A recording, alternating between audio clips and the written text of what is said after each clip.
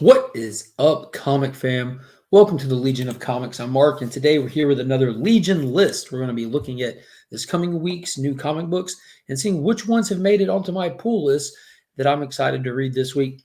But before we do that, check this out.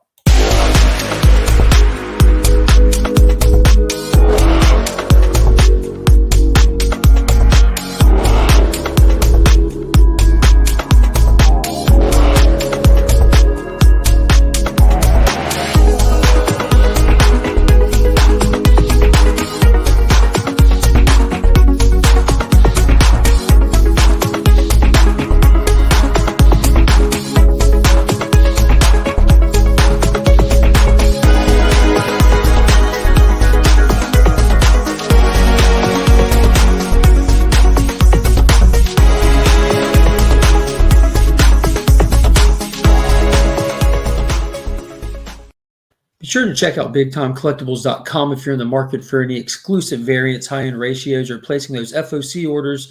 You can also follow Big Time Collectibles on Instagram and Facebook. If you're looking to get any books cleaned or pressed, hit up Justin Comics on Instagram. Be sure to use that promo code WeAreLegion and take advantage of the buy two, get one free special we have going on right now.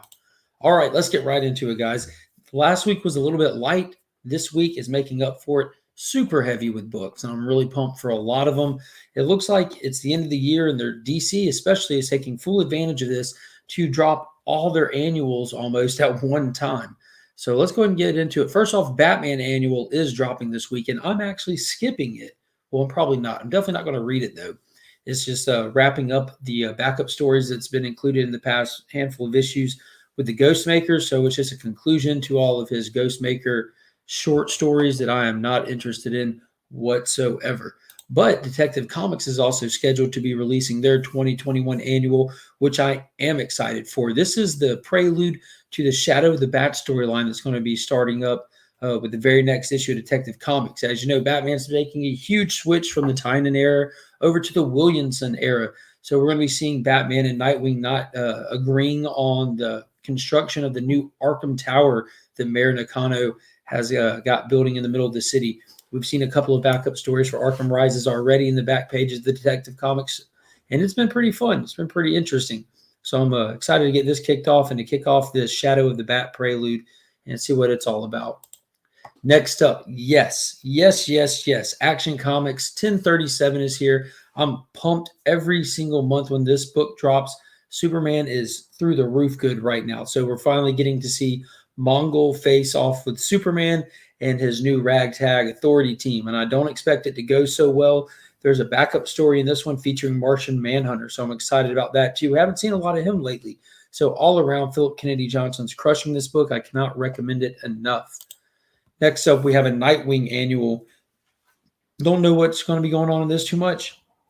I just know that, as you can tell from the cover especially, we have a meeting of the first two Robins. Got Nightwing and Red Hood getting together to do some skull cracking, I can only assume. So I'm definitely looking forward to that. Tom Taylor's been doing a good job on the book. Super glad that his tie-in era is over. Those tie-ins were just straight trash for Fear State. So maybe we'll get back to some really good writing, which I expect it to do. Next up, we have Venom #2. So this is a digital read for me. I'm going to be following along with this since Rom V is part of the creative team as well as Al Ewing. That last issue was nothing spectacular, but it was a solid start, kind of just setting the stage and just continuing where Kate's left off, just trying to get its footing. So I'm excited to see where they're going to go with it, what they're going to do different, how they're going to make it theirs, and what's going to be different about this era with Venom. We did get introduced in that last issue to the new villain, Meridius or whatever. It looks like Eddie Brock's about to be going through a trip through space. So I'm kind of excited to see what they do with that. So this is actually kind of a key book, I guess. I don't know if they're going to consider that last issue Meridius's first appearance. He was in like 5 panels. He talked and all kinds of stuff. Had a full 2-page splash, so you know that the spec market will probably call that a cameo, and this is a full appearance. So be on the lookout for it. If it's not one on your pull list, you might want to get to the shop early to get it. Who knows how it'll go. Now we have the 2021 annual for the Joker, and it looks like for this, they're going to kind of be doing what it's been doing, going back to the past and playing on previous stories. So it looks like they're kind of take a re-trip through time through the Killing Joke for this annual, but I'm going to pick it up. I'm going to get it. I'm still waiting on Tynion's arcs to be over, and then I'm going to be off of this book. It's not bad. It's just not good enough for me to keep paying for it, keep pulling it, and taking up space in the collection. Just kind of losing interest in it. Wow, I'm super excited for this one, though. Department of Truth 14 is here. So we saw in that last issue, huge conclusion to that second story arc with Lee Harvey Oswald, bombs dropping everywhere. And in this one, we're supposed to be getting a little bit of an origin to the woman in red finally. And they're going to be telling it through the lens of Scientology and L. Ron Hubbard. So that's super interesting, and I cannot wait to read it. We also have the conclusion to Tom Taylor's Batman the Detective that he's been doing with Andy Kubert, which has been really cool. Batman going against this terrorist cell called Equilibrium that's been off killing every one of the survivors that he has saved throughout his career. So I'm excited to see how this all comes to a head. And yeah, straightforward on that one. Next up, crossover issue number 10. So this book is actually, it started off high for me, it dropped down, and now it's right back up there. I'm really excited to get into this. We're like fresh out of the interrogation room with the detectives from the Powers. And we're going to have Ellie, who's just out there trying to get it. We have these detectives trying to figure out who the Crater Killer is. And it ended on such a high note with Scott Snyder meeting his doom to the point of a batarang. So this book is just enjoyable. Next up, Justice League Dark Annual for 2021. So Justice League Dark has been the backup story in Justice League since Bendis took over. And just like Ghostmaker, it's all coming to a head and getting its own full-on issue for the conclusion. We've had the team trying to catch up and face off with Merlin, who's been on a one-man tear through the land of magic all the way down to Atlantis, to the source of all magic in the DC universe, where he's unleashed an ancient magic evil that they're all going to have to face off against. So that's going to be really exciting. Ron V's been writing this. He's been crushing it just like he does everything else he touches. Now, I mentioned it last week on the Legion list when they said that Batman Fear State was the finale to Fear State, and I said it's definitely not. Well, here's the book I said that will be. So here's, I guess, more or less the epilogue. Now that Fear State's over, we're going to see that Fear State get over with. So this is the book into the whole thing. We just kind of see how the pieces have crumbled and where they're all going to land in this issue. And just like every finale to anything that Batman ever does, this promises to change Batman for years to come, blah, blah, blah. Yeah, right. But I do think it's got a lot of cool characters on the cover. Azrael's up there, so I'm excited to see him come back in. John Paul Valley is always an interesting character to get to read about. I do want to see a huge dynamic change in Batman, so maybe this will kind of give us more insight on that, whereas the Joker War didn't give us much change, and it's just been kind of same old, same old. So I am excited. I think it's much needed shift right now on Batman to kind of give it a fresh injection for the readers, because this Titan era has been rough. It really has. Also caught it with the last issue of this one, Teen Titans Academy number 8. It sounds like we're getting back to the Academy. We've had 4 issues of just getting to meet this new cast, so now they're all going home for a Halloween issue, actually. So I don't know how much of this might have gotten affected with the scheduling, with how everything was a year or so ago, because this seems a month late on this one. But they're getting back to the Academy, and they're getting back to the Red X storyline. So that's what I jumped on this book for. That's what this book has me wanting to read, and now we're back to it finally. Now we know the cast. Now we can get a more honest experience reading it and seeing how they feel and work through their new lives at the Academy.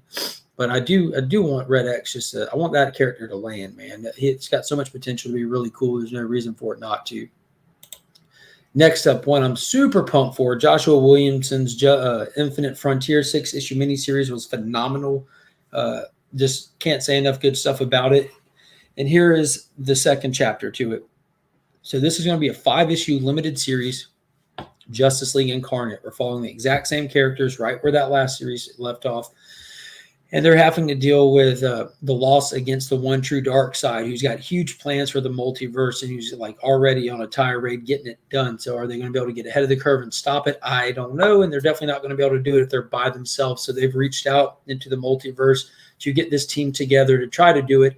And we're getting introduced to a brand new character from the multiverse we have not met before. So we're getting a first appearance in this issue. And obviously you don't know how they're going to roll it out, if it'll be a cameo, a full appearance, whatever. But the 1 in 25 variant, it will at least be the first cover appearance of Dr. Multiverse. So this is a new character Joshua Williamson has created that will be introduced into the DC Comics Omniverse this coming week in Justice League Incarnate. So if you're a huge speculator, or if you're like me, just think that that is one dope cover, be on the lookout for it. That might be the one to get for this issue. Next up, we have Human Target #2 by Tom King. That first issue was fantastic. What a great start to a mystery. You have 12 days left to live, 12 issues in the story arc. So now we're down to 11 days left to live. And we got the bomb dropped on us that the Justice League International or primary suspects in the murder attempt of Lex Luthor. So in this issue, the first person comes to visit Christopher Chance, and it's none other than Ice from Fire and Ice from the Justice League International team themselves. So I'm excited to see where it goes, and I'm excited for Smallwood's art in this. It was a beautiful book. Next up, in the last book that's on my pull list for this week is the final TMNT Best of, featuring the Shredder. So this is it. We've done the 4 Turtles, Splinter, Casey Jones, April O'Neil, and now they're giving us the Shredder cover. It's not as good as I had thought it would be, but it's the final one in the set. So now I've got the whole set. I'm excited to put a bow on that.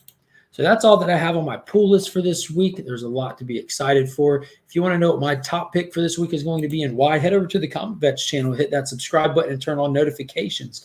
Every Sunday, him and I drop a collab video on his channel where we both give you our top pick for the week and tell you why you should consider picking it up. Also, a huge shout out to Paul and Donna over at the Augusta Book Exchange. They are the keepers of my comics, the guardians of my pool box. They always make sure everything I'm looking for is safe and waiting for me every week when I get there. You'll find no better customer service anywhere. If you're ever in Augusta, be sure to look them up, stop by, tell them hello, and let them know that we are Legion. And let's give a big thank you to all the channel members. I cannot thank you guys enough. I appreciate everything on there that you guys do for me. And if you are watching this for the first time and you see some names you do not recognize, be sure to look them up here on YouTube or on Instagram. A lot of them are putting out great content on one or the other or both of those platforms. And guys, until next time, as always, I'm Mark, but we are Legion.